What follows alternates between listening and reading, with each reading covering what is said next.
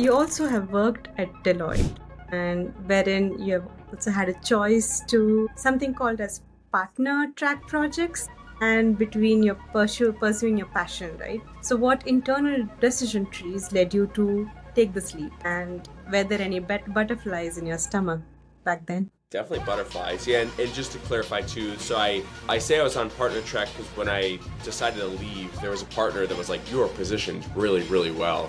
Like you're on the right team, you're doing the right work, you've been delivering good work. So they're like, you're on the track to just continue to churn and get promoted, and like, are you sure you want to give this up? And I'm really glad he said it, because it really made me think. And the reality is I hated what I was doing. Your new book is coming out now, Bridging Intention to Impact. What is it about? Is it a new take on UX research? Is it a new take on value proposition or finding value in the products you work? And who's it for? So at its core, it's for anybody building product. And not just digital product. And my newsletter now is called Everything is a Product. It's because I really do live my life philosophy in that way. I think that everything can be made a product. While we are talking about coaching, there's one important aspect that we see in today's world is the uncertainty around the jobs.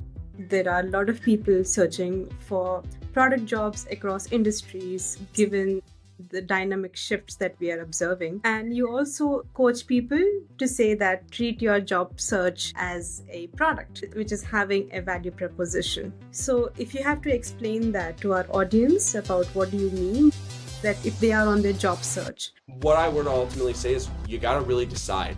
Do you want to chase the money or do you want to chase the passion? And if you want to chase the money, then you are a product. You are a product in a macro labor economic environment.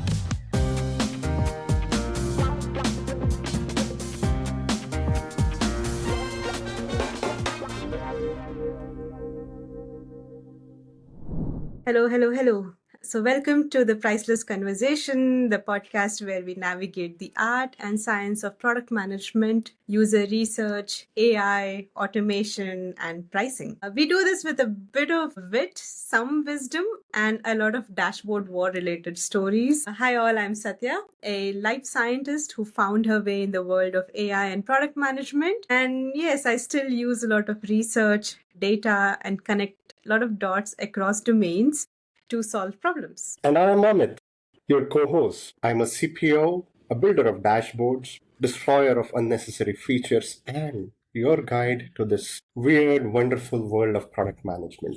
We've got an incredible guest today. We've got Joyce, who's a writer, a lecturer, a researcher, and the person who's at Microsoft. So welcome, Connor, to the Priceless Conversations. Thank you. I really appreciate you both having me on. I'm excited for a great discussion. Super. So Connor, as we were discussing sometime earlier, you have a degree in psychology and also have a double majors in industrial organization, right? Just before you pivoted into behavioral science. Let's go back in time, and if you would have met the college-going Connor, what would he be surprised to learn from your journey of different studies? What a beautiful question. So I came into college and my first degree is in management. And so I did that because I didn't know exactly what I wanted to do. The more that I went through the management classes, I saw that there was a lot of great opportunity to really put to practice the skills that I was learning in business. But I knew I wanted to be different. I didn't know exactly how I wanted to be different, but I knew that there was something there. And so that's why I brought on this psychology. I'd always been fascinated by the human mind. And the more, this was about my sophomore year, so the more I went through school, I began to realize, wow, this is a beautiful combination of business and psychology. The thing I didn't know was that this whole field of behavioral science was going to turn into, really, it's a common topic now across many different disciplines. Back then, it was still a very obscure and new field. And so I think the person back then who was just learning it and then jumping to my master's, the person who decided to leave a great job at Deloitte where I was a consultant and take a risk on going and getting a master's in a field that still most people didn't even know what a behavioral scientist was. I think that past self would be really grateful that it actually all worked out. Super. You move, you to Microsoft. You've been touted as the first behavioral researcher at Microsoft. Hmm. Do you realize that your work has now powers a bigger shift for you and for the team? Yeah, it's great. I know Matt Waller, who was Microsoft's first behavioral scientist. I'm so happy he took that title because it allows me to be able to call myself the first behavioral researcher since that was my title. And so I joined Microsoft in 2019, and then I left in 2022. And when I came back a little bit over a year ago, I joined a different team. So just to call out that arc there, and I'm happy to explore more about that. But joining as the first behavioral researcher and joining on a team that was a recent acquisition for Microsoft, it was really this blue ocean for an opportunity to explore how to fit in to the Mhm. operations of Microsoft. And I think there's two real splits that happened while I was there. And for me professionally, that is. One is the impact that I did make while I was there, and I'll touch on that in a second. The other piece was that the things that I learned is what influenced my writing of Bridging Intentions to Impact. I really saw there the opportunity that comes from a very simple definition of what a feature is intended to do. So the core of my book, Bridging Intention to Impact, is the user outcome connection, which is you define a feature by the outcome it is intended to make, what specific behaviors will need to be changed to create that outcome, and then how does it actually ultimately impact the business. So if your app is intended to help someone lose weight, that's the user outcome, is actual pounds lost or pounds gained if it's intended to help them build muscle. How do you actually get them to do that? Well, you get them to change their workout behaviors. You get them to burn more calories, consume less calories, engage in different types of activities. And if you do that correctly, it's likely that person's going to realize, oh, this thing works. And since it works, they're going to keep buying it. They're going to subscribe. They're going to retain. They're going to upsell. So an ideal feature is going to do those three things. That it's going to change behavior. It's going to lead to that user outcome and then ultimately create a business outcome. So I learned that, and it was a huge opportunity because I had that blue ocean to explore and ultimately create that framework, which is a pretty simple framework, but especially the processes behind it to make it actually real. And that is what the core of the book is. So actually answering your question on that former part is what did I leave and what was it like? Is I got to see that in between my time from when I first joined and I did that original work that led to those ideas, a lot of that thinking wound up planting while I was there in a bunch of different teams. And when I came back 3 years later, those practices had been built into, or I should say that those ideas were built into some of the practices that those teams actually took. So it's a really beautiful arc. And not always is it directly my work, and I can't take full credit for everything that I've seen at Microsoft. It's a huge company with many great thinkers. And at the end of the day, the core framework isn't that novel. But I do know that me pushing real hard for us to develop new metrics to be able to ultimately measure behaviors and outcomes, help plant that seed across lots of teams. Because I presented to teams across Microsoft on this. That line of thinking that I now see is just much more common across many teams. Perfect. So you also have worked at Deloitte, and wherein you have also had a choice to something called as partner track projects and between your pursuing your passion, right? So what internal decision trees led you to take this leap, and were there any butterflies in your stomach back then? Definitely butterflies. Yeah, and just to clarify too, so I say I was on partner track because when I decided to leave, there was a partner that was like, "You are positioned really, really well. Like you're on the right team, you're doing the right work, you've been delivering good work." So they're like, you're on the track to just continue to churn and get promoted, and like, are you sure you want to give this up? And I'm really glad he said it because it really made me think. And the Mm-hmm. reality was is I hated what I was doing. And so it was easy because I told myself I could do this for the next 10 years and there's no amount of money that I could be paid that it would be worth it because I really, really don't like this. And I was suffering so much while I was in that role. And so Mm-hmm. was I scared? yes. And at the same token, I saw how taxing it was for the people who did stick it through. There was a few who loved it. You could tell they loved it, and that was their job. And I was so happy that they stuck it through because they were happy being the person who was the partner. There was other people who did it because I think at some point there was so much sunk cost. They're like, I guess I'll just ride it out at this point. And then they hit there and they're like, it's really not that much different. It's still a lot of work. And I Mm-hmm. lost a family, or I lost an opportunity to enjoy myself along the way. And I just couldn't buy into that. And again, it's for some people, but it wasn't for me. And so it was really hard. And I mean, I was giving up from my graduating class of my undergrad. I made the most money that when I told my professors, they were like, you were probably making the most money that we've ever heard of somebody graduating from this business school. And Mm-hmm. it only got better. And so it felt like, am I really sure this is what I want to do? But again, it also was relatively easy because I knew I wasn't going to survive if I stayed. And so I just left. So, have you had any mentors who would guide you through it? I did, yeah.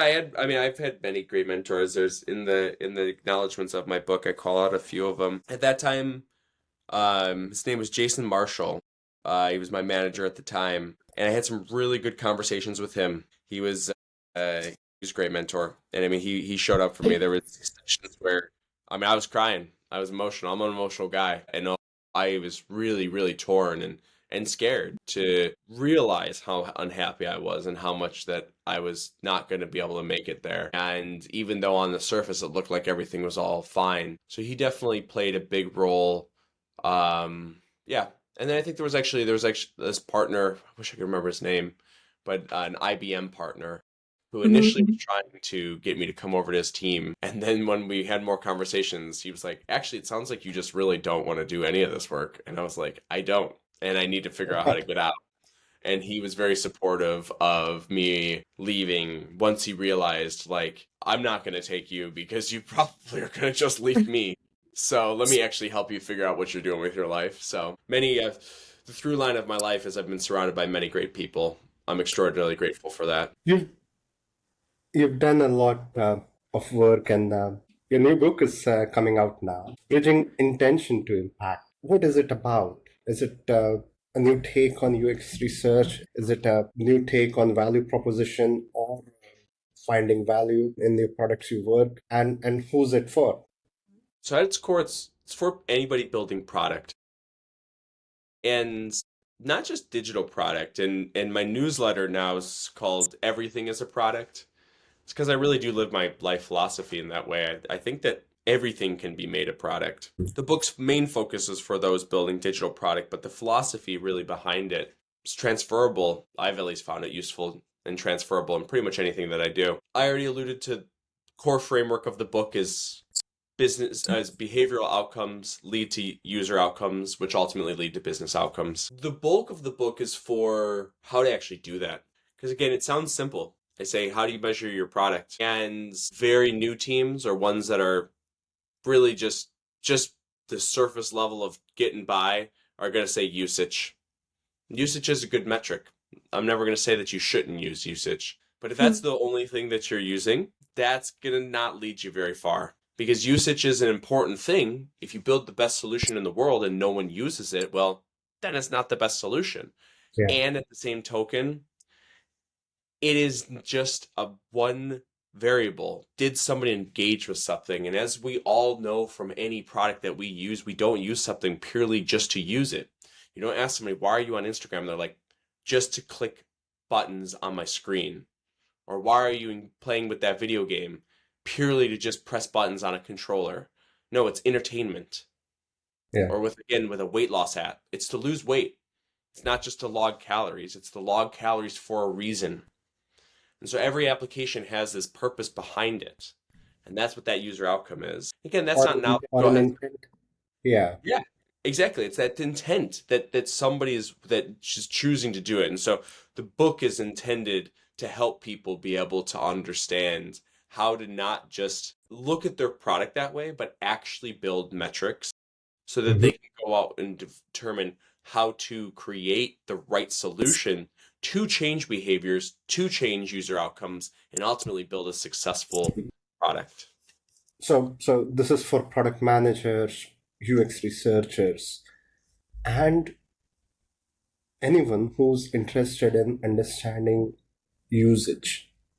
That's such a nice thing. And does it give us some? Is it more of a prescriptive or academic, or how would you call it? The book to be, for our audience. Yeah, it's 3 sections, and I intentionally wrote it that way. The first section's theoretical, and it lays the foundation for everything. It explains really just my mental process while I was at Microsoft, going through these same things. Like, why are we launching these features and then they're not fully catching? How are we measuring success? Who actually is why did we design it that way? And the more that I asked those questions, the more that I realized that there was an opportunity if we were to pivot towards building with that intention in mind. And so that's what the first section is it's again the theoretical underpinning of the concepts. The second one and the bulk of the book is very prescriptive. I don't want to say very prescriptive, but it is prescriptive. It's a 5-step process for how to actually fill out the user outcome connection. And it's about building those metrics, it's about experimenting, and it's about utilizing those results. And then the third section is about how to take that and actually enact change. And what's actually beautiful is, to my surprise, that's been the most successful part of the book when I do consulting. And I have had more intimate conversations with people, is the third section talk about how to start a grassroots movement within a product company. I built on some of the thinking from Lean Startup and from there's one other book in there that I think the UX Playbook. And it's really about how you as an individual can actually really create a philosophy change. And that's what the third section's about. Really puts it to practice, we'll say. So it's theory, then it's prescription or procedure, and then it's how to actually really make it happen. I think that's been core to what a lot of product people need, and we definitely we've got a lot of academic books on UX, which probably help you do either a major or we've kind of borrowed books from the courses. So it's so nice to have a book that's not only theoretical but prescriptive, and folks who like me who are not from the UX background, we can still understand about analytics. We can still understand about what is the theory behind it. So I look forward to that. I appreciate it. Yeah. It's. I tried to make it a fun read while also still being educational. I hope we have not asked you enough of the magic which is in the book, but yeah, it's great to.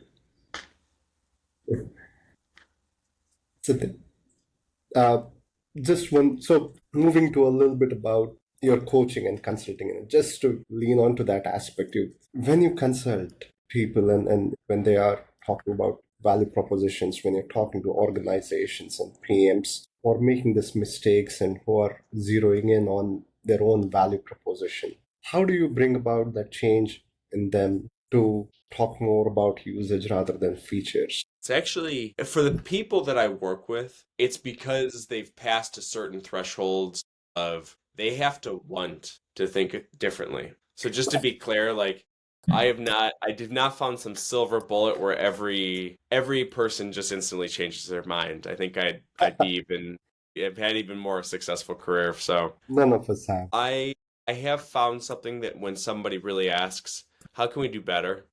When I find people that are asking that question, that's when I can provide a lot of value.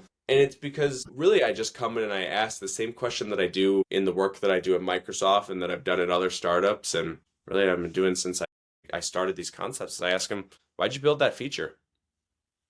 And I generally get an answer, well, the data says this, or a couple customers said this. And I go, okay, well, why'd you listen to those people? And why'd you build the feature that way? And the more you ask that question, it generally comes down to one of two things. It's one or two customers were very loud, and it spooked people, and then they went and found evidence that confirms that it's a bigger problem, confirmation bias, and then they go and build it. The other one, which is even more unsettling, is there's one or two people that are like, that's the way we need to build that product because I understand our customer. How do you understand our customer? I understand our customer. That's not a good way to build product. Unless that person somehow has a very, very deep understanding of the customer because they themselves lived that entire life of whatever they're building for some years, it's very unlikely they're going to have the product intuition to actually just go out and build something that is going to be highly useful.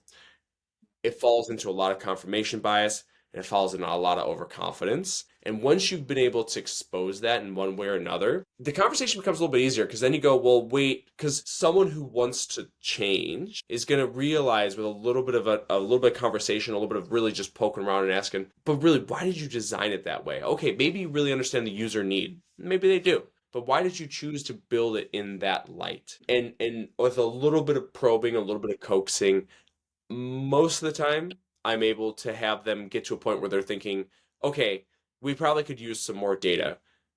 Once you hit that piece of data, then you're golden. Then it's just a conversation of, well, how are you going to go and collect that? And it comes back to, well, we're going to look at our usage, we're going to look at our retention, we're going to look at basic usability, like our SaaS score, or I should say our NPS score, or our usability score, our, I was thinking single usability survey score. Okay. Good metrics. Again, what is it actually doing for your customer? What is it actually doing? What behaviors are they changing? I ask those questions 9 out of 10 times, they have no answer. And then I say, well, just so happens I have a worksheet we can go through. Yeah. And Connor, so while we are talking about coaching, there's one important aspect that we see in today's world is the uncertainty around the jobs. There are a lot of people searching for product jobs across industries, given the dynamic shifts that we are observing. And you also coach people to say that treat your job search as a product, which is having a value proposition. So if you have to explain that to our audience about what do you mean that if they are on their job search, what is it that they should treat like and how is it relevant to be like a product value proposition? I've been having some really good conversations about this recently, and I think they're really important conversations to have right now with AI automating as much as it has and is going to continue to. I think there's really going to be a big question that most people, especially people that are like entry level right now, I really do feel extraordinarily like I don't want to say feel bad, but boy, they have it real tough, and it's real. And Yeah. even mid-level and senior people, I mean, it is everybody. It is a tougher field, and there's a lot of change that's coming. But I think especially for early career people, you really got to ask yourself, why are you doing this? There's a great framework that I love. David Brooks revived it. It goes all the way back to the ancient Greeks, but it's the four idols framework. What are you trying to get out of life ultimately? Is it money, power, pleasure, or fame? I think it's super important to know which of those four you're chasing after. I'll even distill it into two things. Is it money or is it fame? I should say, is it money or is it pleasure? Excuse me. And I think that those two different, like when I left Deloitte to go and pursue the master's, I did that for pleasure. I did that because I hated what I was doing. I wound up having a much more successful career than I would have had I stayed. That's luck.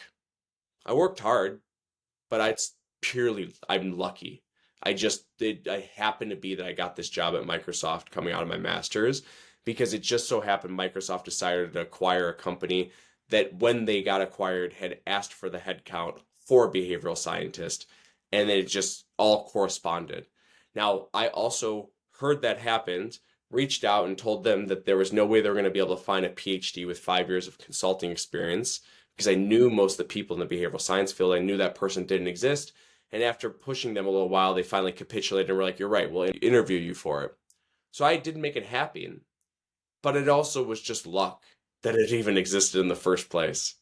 And so I say that to say, I took the risk, and I don't want a story like mine to be a reason why somebody says, I'm going to go and choose my passion project and I will likely make more money, because those two very rarely actually color. I am an exception, extraordinarily grateful to be that exception. And so I tell people this now is if you're going to leave your job, if you have a solid job right now to pursue something, recognize you're saying that sitting at the top of the Maslow's hierarchy of needs. You're out here chasing self-actualization.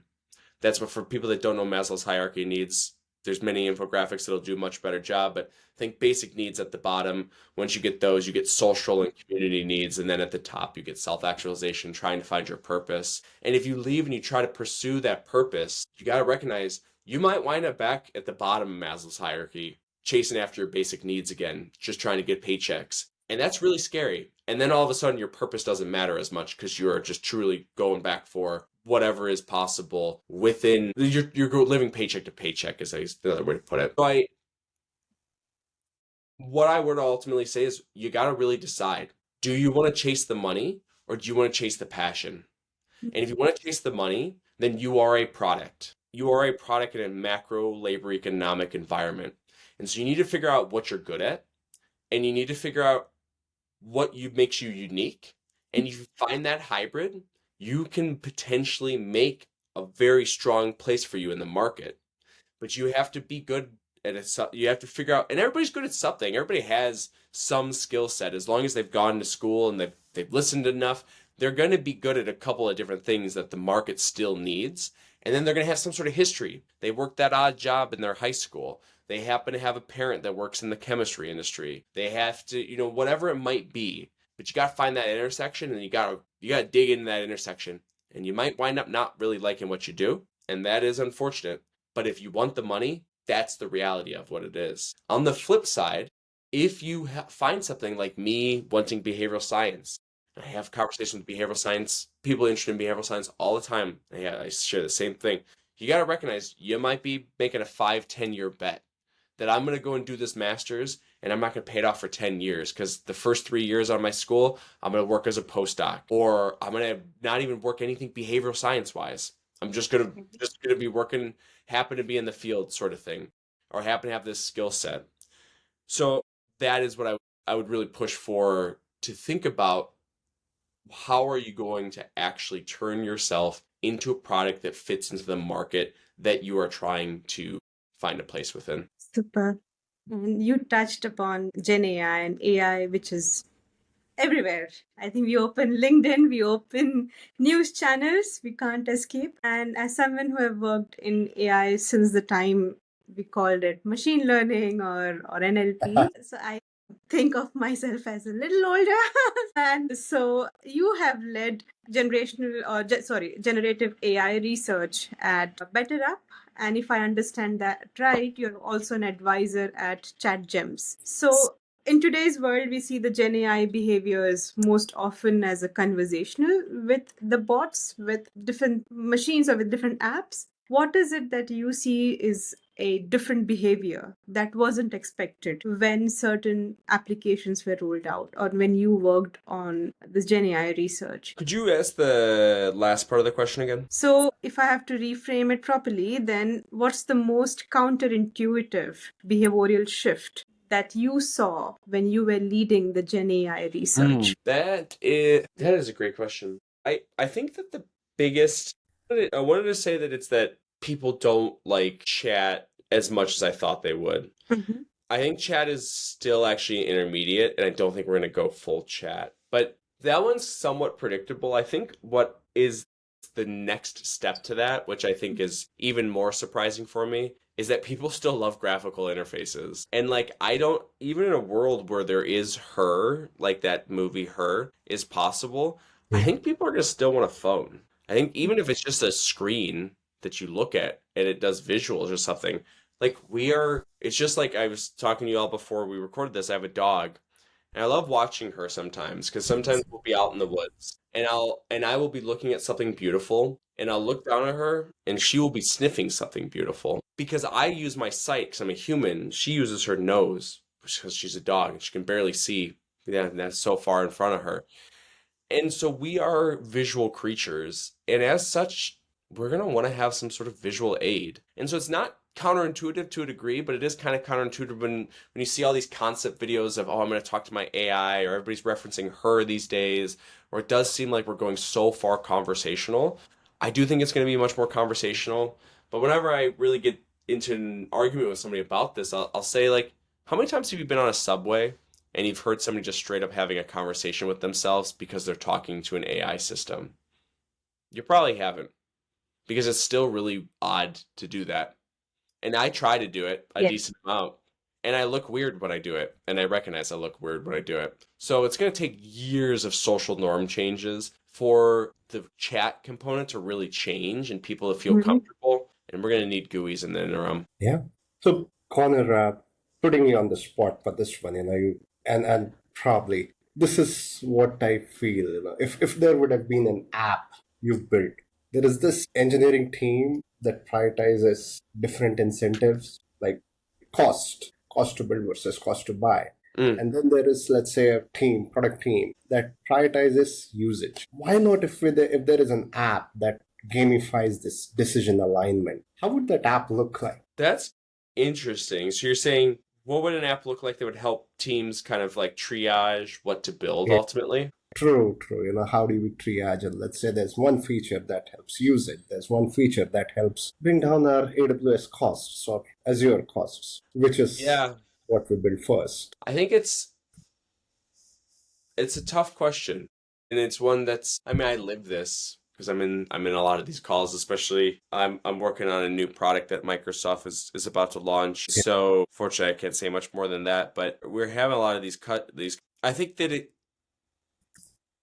really yeah, that's a tough question. I mean, I go ahead. Maybe it has just a triaging feature. You probably choose which feature to do most, and then the ones wins. Or maybe we use that whole agile system of let's rate it from the complexity perspective, and then 13 That's is the one that loses. that was where my mind went, was you could get these complexity like impact Yeah. matrices. And so that was where I was going, but I mean, I like the concept of the question. So that's why I wanted to try to riff and see if there was something in there that like there was some sort of behavioral concept at play. So I guess I would say that, the addition that I would just add, and I don't know how you'd productize this exactly, but at least like by productize, put it into a digital product. But there is so there's complexity of technical, there is value that will come from developing it from a user perspective, and then Mhm. there's this behavioral change component, which again circles back to the book. It circles back to a lot of what I talk about, because I think sometimes we lose the forest for the trees, in that it is, you want to actually make people change their behavior. You're not trying to have them change their outcome. That's what you want to happen, but their outcome will only change once their behavior does. There is no outcome that occurs within a human's behavior that is not impacted by their behavior, by principle, or by the behavior of others around them, or the environments that they put themselves in, etc. So that would be just the additional piece that I would be really interested to see how that could be factored in, is like not just the value that it will create, but how much is that behavior going to change? And so changing some tech debt, like an AWS server, or lowering that cost, isn't going to change the behavior directly, but Yeah. it might make it so that this thing runs a little bit faster, or it does something like that, or it runs slower now, and it might actually lead to the inverse. Behavior doesn't change as much because now I'm waiting for this workout to load, so instead I switch over to Instagram or something like that. So yeah, that would be my best attempt at riffing on the question. Yeah. Well, I think you're the best judge of user researcher, and I love the approach you take. It's what I think. These are the kind of gems we want on these priceless conversations, where we get to know how the brightest minds in the field think. Some of that maybe could be imbibed by people like us. Appreciate it, Amit. So, Connor, thank you so much for really deep diving into so many topics. And if our audience would like to reach out to you, which platforms can they use to connect with you? Yeah, so LinkedIn's the home. That's where you're gonna catch the latest. Connect Connor is my handle. Connor Joyce is my full name. So LinkedIn's gonna be the place where you're gonna catch all the promotion of the different conferences I'm speaking at. I'll be promoting this conversation there. Everything is a Product is my Substack. That's my new passion project that I'm investing in this year. It comes back to this philosophy that I do think everything is a product, and so it's a newsletter.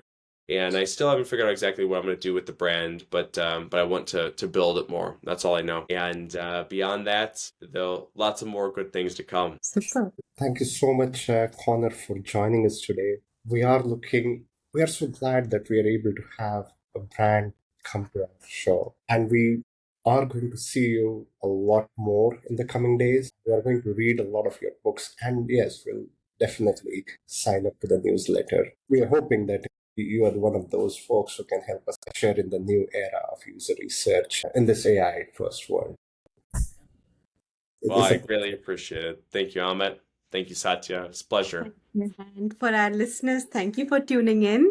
And if you enjoyed today's episode, please do leave us a small feedback on the comment section or reach out to us on LinkedIn. Till then, stay curious, stay connected, and yes, keep building what matters. Bye bye.